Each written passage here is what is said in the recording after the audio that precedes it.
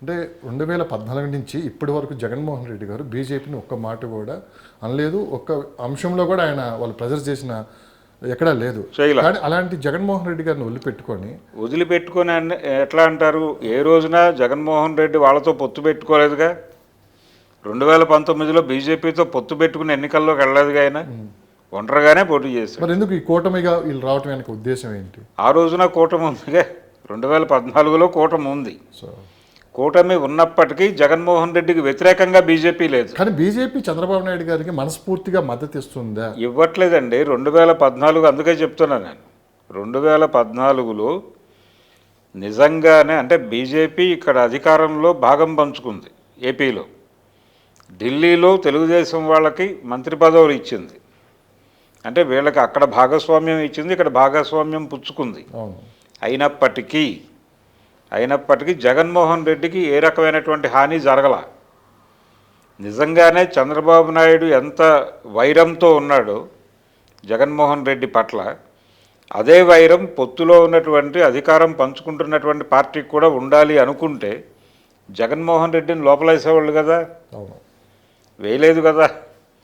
ఆయనతో చంద్రబాబుతో కాపురం చేస్తూనే జగన్మోహన్ రెడ్డితో కూడా కాపురం చేశారు వాళ్ళు, బీజేపీ వాళ్ళు. 2014లో 19లో కూడా జగన్మోహన్ రెడ్డి పొత్తు పెట్టుకోలేదు, ఇండివిజువల్గానే పోటీ చేశాడు. బీజేపీ విడిగా పోటీ చేసింది. కాంగ్రెస్ ఎజెండాలోనే లేదు, ఆ రోజున సీన్లో లేదు. వామపక్షాలు అలాగే పవన్ కళ్యాణ్ కలిసి పోటీ చేశారు. ఈ వామపక్ష పవన్ కళ్యాణ్ కలిసి పోటీ చేసిన కూటమి డిజైనింగ్ కూడా చంద్రబాబు చేశాడు అని ఒక ప్రచారం ఉంది. ఒక కాన్స్పిరసీ థియరీ అనండి, ఏదైనా అనండి. ఎందుకు అది అంటే, దానికి కూడా ఎందుకు తెలుగుదేశం పార్టీ అంటే ప్రభుత్వ వ్యతిరేక ఓటు కన్సాలిడేట్ అయ్యి జగన్కి వెళ్లకుండా దానిలో ఒక చీలిక బలంగా గనక వీళ్ళు చేయగలిగితే వైసీపీకి గెలుపు అవకాశాలు తగ్గుతాయి అనే వ్యూహంతో పవన్ కళ్యాణ్ని అలాగే లెఫ్ట్ పార్టీలని కలిపి ఆ కూటమిని డిజైన్ చేసింది చంద్రబాబు అనే అభిప్రాయం చాలామందిలో ఉంది. దానికి కూడా పవన్ కళ్యాణ్కి ప్యాకేజీ ముట్టింది అనే అభిప్రాయం చెప్తున్న వాళ్ళు కూడా ఉన్నారు. కాబట్టి అయినా తెలుగుదేశం పార్టీ ఓడిపోయింది. అలాగే పవన్ కళ్యాణ్కి ఒక్క సీటు వచ్చి అది కూడా వైసీపీకి వెళ్ళిపోయింది. అంటే ప్రజలు ఎంత వ్యతిరేకంగా ఉన్నారు, ఏ స్థాయి వ్యతిరేకంగా ఉన్నారు వీళ్ళ పట్ల. పవన్ కళ్యాణ్ 2019 ఎన్నికలకు ముందు తెలుగుదేశం పార్టీని చాలా పెద్ద ఎత్తునే తిట్టాడు. లోకేష్ని అలాగే చంద్రబాబుని కేంద్రీకరించి ఆయన మంగళగిరిలో మాట్లాడిన మాటలు ఇప్పటికీ యూట్యూబ్లో ఉన్నాయి, ఇప్పటికీ ట్రెండ్ అవుతూనే ఉన్నాయి కదా. అలాగే ఈయన ఎంత వ్యతిరేకతతో మాట్లాడే క్రమంలో ఒక మాట అన్నాడు ఆయన. చంద్రబాబు, పవన్ కళ్యాణ్, జగన్మోహన్ రెడ్డి వీళ్ళందరూ అధికారాన్ని ఎలా సొమ్ము చేసుకోవాలో తెలిసిన మనుషులు కాబట్టి వీళ్ళ ముగ్గురిని బయటకు గెంటేసి నన్ను ఎన్నుకోండి అని చెప్పాడు ఆయన. మా కూటమిని ఎన్నుకోండి అని చెప్పాడు. అసలు వాళ్ళకి ఏమాత్రము ప్రజలు సహకరించలేదు. నిన్న ఎక్కడో మాట్లాడుతూ అంటున్నాడు పవన్ కళ్యాణ్, నాకు స్పష్టంగా తెలుసు ఆ రోజునే నేను ఓడిపోతాను 2 చోట్ల అని.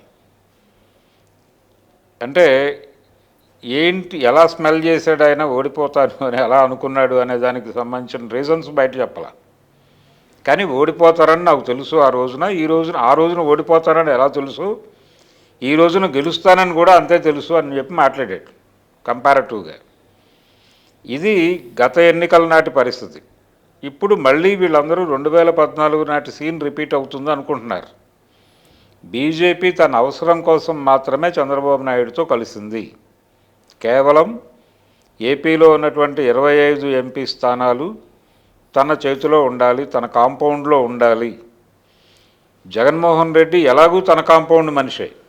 అతను ఎన్ని సీట్లు గెలిచినా, ఎంతమంది ఎంపీలను గెలిపించుకున్నా వాళ్ళని తన దగ్గరే పెడతాడు అనే విషయంలో వాళ్ళకి ఎటువంటి అనుమానము లేదు. సేఫ్ గేమ్ అయితే బీజేపీ ఆడుతుంది. ఇక్కడ చంద్రబాబు అటువైపు ఎటైనా టర్న్ అవుతాడేమో కాబట్టి అతన్ని తీసుకొచ్చి కూటమిలో పెట్టేస్తాయి. అతన్ని ముందుగా కట్టడి చేయడానికి పవన్ కళ్యాణ్ ఆ రోజున పంపించిన వ్యూహం కూడా అదే. పవన్ కళ్యాణ్ ద్వారా అతని తల కాంగ్రెస్ వైపు తిరగకుండా తమ వైపు తిప్పి దాన్ని డోలాయమాన స్థితిలో పెట్టి ఆయన 10 సార్లు అడిగేలా చేసుకుని చివరికి ఆయన వెంపర్లాడితే మేము తప్పని పరిస్థితుల్లో కలిశాము అన్న పద్ధతిలో ఈ రోజున మాట్లాడి